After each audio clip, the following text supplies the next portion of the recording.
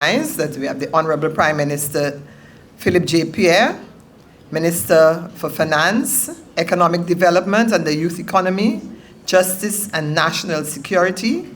And I'd also like to recognize Mr. Francis Fontenelle, Permanent Secretary in the Ministry of Finance and also a Director of the FSRA. Please give them a round of applause. So at this juncture, we invite the Prime Minister to render his address to us.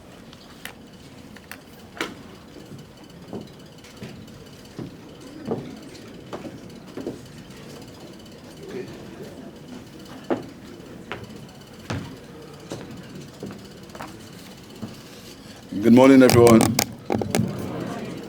First of all, let me apologize for being not on time.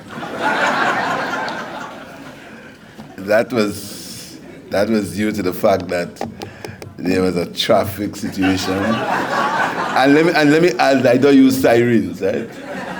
But today I had to use the siren. So when you see on Facebook that the Prime Minister's cab was through the traffic, I'll say because of you. First of all, let me recognize the Permanent Secretary in the Ministry of Finance, the Board of Directors of the Financial Services Regulation Authority, the former board members, members of the financial services industry, course participants, ladies and gentlemen. Let me thank you for inviting me to say a few words this morning. I promise to be very short because in these settings, I don't think the best person you want to hear is politicians. So I promise to be very short. This symposium marks the 10th anniversary of the FSRA as an independent statutory body responsible for licensing, regulating, and supervising all non-bank financial institutions operating in St. Lucia, including the international financial services, the offshore sector. I welcome you all to the FSRA's first ever symposium on the theme, The Path Forward, Mitigating Risk, Preparedness, and Resilience. 10 years is a significant milestone in the life of any institution, and this is even more significant given the rapid advancement in the global financial services sector and its impact on developing states. The FSRA remains steadfast in fulfilling its core mandates, ensuring the integrity of St. Lucia's financial services sector while providing effective supervision of registered entities operating within the jurisdiction. As a developing state, our economy faces unique challenges, but possible opportunities in the global financial landscape. Our vulnerability to external shocks, the effects of climate change and pandemics, coupled with our reliance on tourism as our main economic driver, underscores the urgency of the theme we are addressing today. The question is, how do we strengthen our resilience to mitigate against these external shocks, which we have very little control over? Our financial system has demonstrated strong resilience and has battled against the effects of the COVID-19 pandemic's impact on the bottom line of these institutions. Our economy is rebounding, evidenced by robust growth in the tourism sector, as our arrival numbers have now exceeded pre-pandemic levels and at new highs. Unemployment has been reduced to its lowest level ever during the first quarter of 2024. Youth unemployment, although still unacceptable high, is at its lowest. And the tourism and construction sectors continue to expand. Given the current upswing in the economic cycle, financial institutions should leverage the favorable environment to strengthen their balance sheets, increase reserves, and enhance their business processes. By achieving greater efficiency now, they can build resilience to better navigate future economic downturns. And I want to encourage the members, the members of the financial services sector, to encourage their clients to make use of the tax incentives offered by the government in terms of the removal of interest and fees on all overdue or past due taxes from 2021. That would inevitably also strengthen the balance sheets in that it will cause a reduction in the liabilities to the Inland Revenue Department. So I want to encourage you to try to persuade your clients to take advantage of these tax concessions, that removal of fines and interest. And also, it will do well for me because my revenue will increase. So it's a win-win situation. Your clients benefit and the government benefits. So please encourage your clients to make use of that concession. This symposium covers a range of topics aligned to the theme, which I'm sure will be discussed, and you already started discussing, by the knowledgeable panelists, people with various backgrounds and expertise in the financial services sector. The topics up for discussion will range from the effects of climate change on financial risks, which you did this morning, the emergence of new technologies in financial services, credit unions and their growing significance in the financial landscape, and compliance with international regulatory standards. I'm happy that we are having these conversations at this critical juncture as the financial services industry globally is changing very rapidly, and we are not immune to these changes. Not only are these changes reflected in the range of new financial products and services offered to our people, but also the rapidly increasing technological advances in artificial intelligence, machine reading, blockchain technology, and other fintech-related platforms are revolutionizing the way we do business.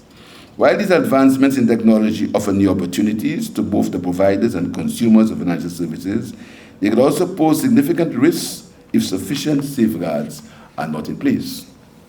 Therefore, regulators must assess these emerging risks and implement mitigation strategies in order to minimize the effects on the service providers. Consequently, regulators are constantly updating and modernizing their legal architecture to keep abreast of the rapid changes in the financial services landscape. The laws empowering regulators to perform their responsibilities efficiently and effectively are continuously amended and updated to reflect these new developments. Reflecting the need for constant revisions of legislation and financial regulation, the Governor of St. Lucia recently passed a new Cooperative Society Act, number 16 of 2024. The FSRA has undertaken a program of activities to educate stakeholders on the provisions of the new act and to address any concerns they may have. And I want to speak about the concerns that the stakeholders may have on the Cooperative Societies Act. You must understand the credit union and the cooperatives are indigenous institutions where the majority of people who before and even now had no access to traditional financial services, they have access to credit unions and cooperatives. So while we try to regulate and ensure that they are compliant, we must always be mindful that these organizations are people-based organizations and they deal with the regular people in the society. So our regulation must be compliant, but it cannot be one size fits all.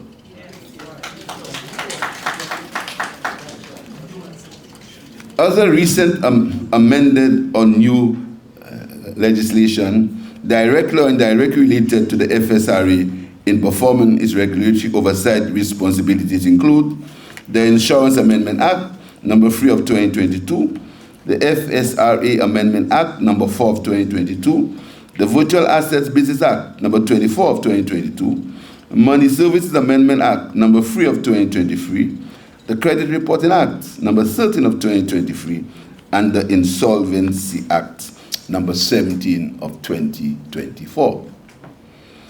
This symposium is a vital platform for discussing the challenges and opportunities that lie ahead and formulating effective strategies to strengthen our financial ecosystem.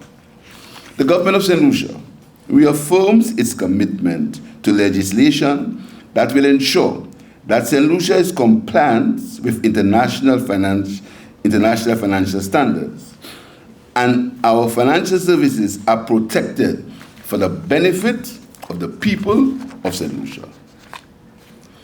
During today's proceedings, you as industry leaders and experts in your respective fields in financial services will engage in frank and productive discussions and exchange ideas on some of the latest developments in the industry.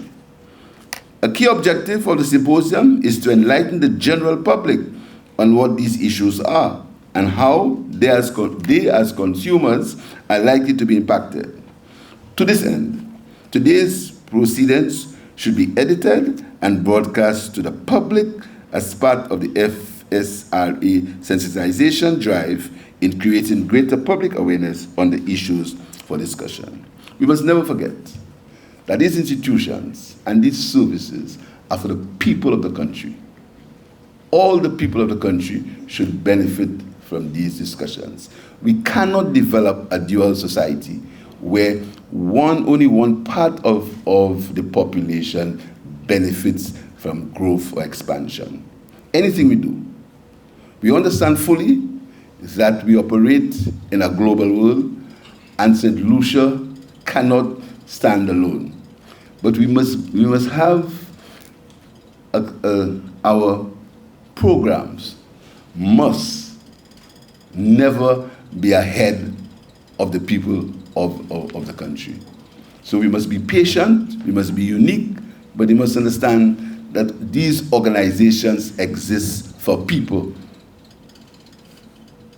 at some level of the society. Hence, if we are speaking about the setting up of bank accounts, it must not be a task where you have to find who is your mother, your grandfather, your aunt, or your cousin. It cannot be. It cannot be right. And regardless of what standards we have to deal with, that a young person coming from school cannot open a bank account because they don't have 2 or 3 forms of ID. And you must understand that this playing field is not level. A lot of what we are asked to do is not being done in the countries that asked us to do it. But we understand that we are small fish in a big pond, and it must be compliant, but we cannot fall down and die. We have to be unique, we have to be efficient, we have to be professional, but we cannot lie down and die because someone says we must do it. St. Lucia must protect its financial reputation. We must respect our reputation as a people. And we have to protect our reputation in many different ways. In what we say, in what we do, in the news that we say about our country, and in our institutions. But we must never forget that we have to protect the welfare of the people of the country.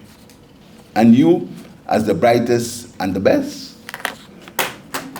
must also understand that you have a responsibility to protect those who are not as fortunate as you, or those who do not have the opportunity to do what you did. So I want to say to you today, when you leave this forum, the people of the country should understand better why compliance and regulation is necessary, why we have to do certain things, why they must have a source of funds for the the income that comes from abroad, but they must understand. But we must not make them believe that they are inefficient, or they are ignorant, or they do not know what happens. You must educate them. That is your role, to educate them. Because the final analysis, all of us have to live in this country. And even if we can protect ourselves, but the country will remain, and we have to make the country a better place for all of us. I thank you very much.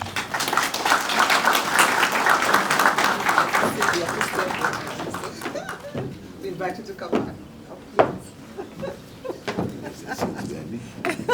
What is that? Thank you so very much, Honorable Prime Minister, and I think it deserves another round of applause. So here's where we extend, our gratitude, Prime Minister, for making a special effort to be here with us, and we do appreciate this. Must I report to the Integrity Commission?